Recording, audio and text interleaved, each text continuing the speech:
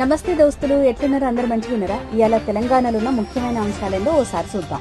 December 8, 9 తేదీలలో Telangana rising global summit ను నిర్వహించనుంది రేవంత్ సర్కార్. రాష్ట్ర అభివృద్ధి లక్ష్యంగా నిర్వహించే ఈ సదస్సు కోసం భారీ ఏర్పాట్లు జరుగుతున్నాయి. ఈ సదస్సుల్నే Telangana rising 2047 vision document release చేస్తారు సీఎం రేవంత్ రెడ్డి. సౌదీలో జరిగిన ప్రమాదం మీద సీఎం రేవంత్ రెడ్డి దిగ్భ్రాంతి వ్యక్తం చేశారు. రాష్ట్రానికి చెందిన 18 మంది ఈ ఘటనలో మరణించారు.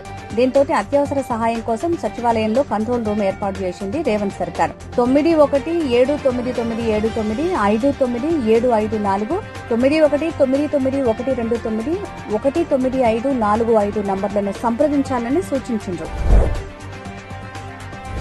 హైదరాబాద్ లో జీసీసీని ఏర్పాటు చేసేందుకు ముందుకొచ్చింది బ్యూటీ ప్రొడక్ట్స్ సంస్థ లోరియల్. తమ ఆపరేషన్స్ కి సంబంధించిన సేవలను అందించేందుకు అతిపెద్ద జీసీసీని ఏర్పాటు చేయనుంది. దేశంలో జీసీసీల ఏర్పాటుతోటి 40% వాటాను ఇప్పటికే హైదరాబాద్ చేజిక్కించుకుంది.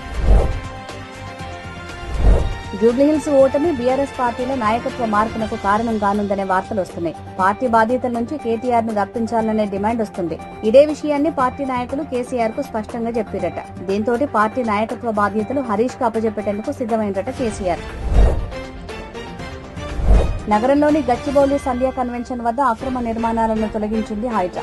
ఇక్కడి fertilizers corporation of India employees cooperative society layout లో పలువురు అక్రమ నిర్మాణాలు చేపట్టింది. చర్యలకు హైడ్రా సిద్ధంగా హైకోర్టును ఆశ్రయించింది. హైకోర్టు కూడా అక్రమ నిర్మాణాలను తొలగించాలని ఆదేశించడంతో సోమవారం రూల్ చేశారు. ఇక ఈ ఇయ్యాలటి తెలంగాణ ముఖ్యమైన ముచ్చట్లు. మంచి ముచ్చట్లతో మన రేపు కలుద్దాం. క్షణార్థులు.